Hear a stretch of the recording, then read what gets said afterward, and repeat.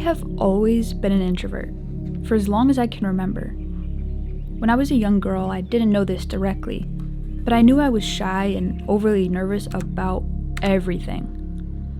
My parents have always told me this story of when they dropped me off at school for my first day at kindergarten. They'd walk me to the playground, set my bag down, and say goodbye to me.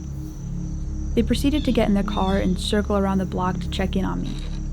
To their surprise, I was in the exact same spot that they left me, barely even moved an inch. My parents would pick me up from school and would offer to buy me a jump rope so I could play with the other children. And I would respond with, "No thank you, I like to watch."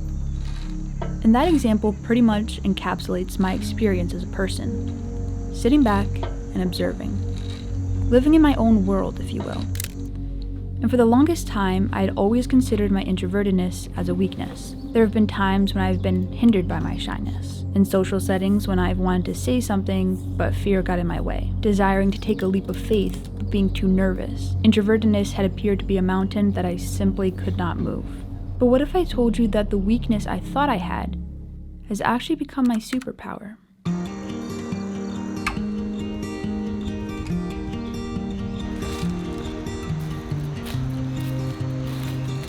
Over the course of time, I discovered that it can in fact be a characteristic that propels me rather than hinders me.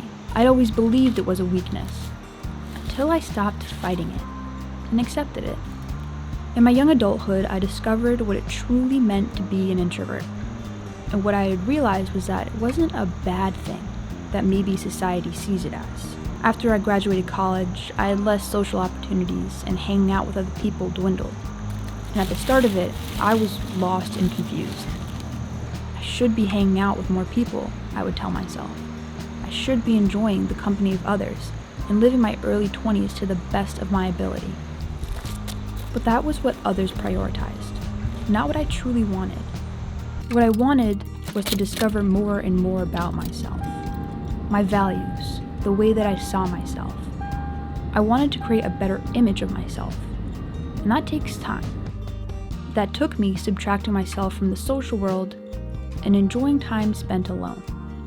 And I did. I enjoyed the presence of myself. Maybe not at first because I felt weird going to places with no one else to share experiences with. But as I continued to spend time alone, the more I learned and the more I enjoyed being with, well, me. Being alone doesn't mean you're lonely. I think at first I would go and grab coffee, go shopping, go on a walk and think, wow, I'm lonely. But as I continued to create those experiences for myself, I reshaped my thinking and realized, well, I'm not lonely. I'm just alone. And I kind of like that. Now, I won't deny the importance of building relationships and socializing with other people.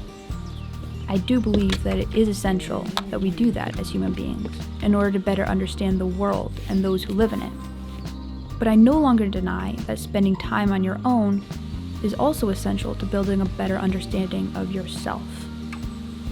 And as I sit here today, 23 years old, I can reflect on some of the most important and impactful times when I've learned the most about myself. And those times were spent in the presence of me, myself, and I. And that's okay. Being an introvert can hinder you, if you let it, and I refuse to let it continue to hinder me. I now accept that that is who I am, and I'm beginning to really like who I am.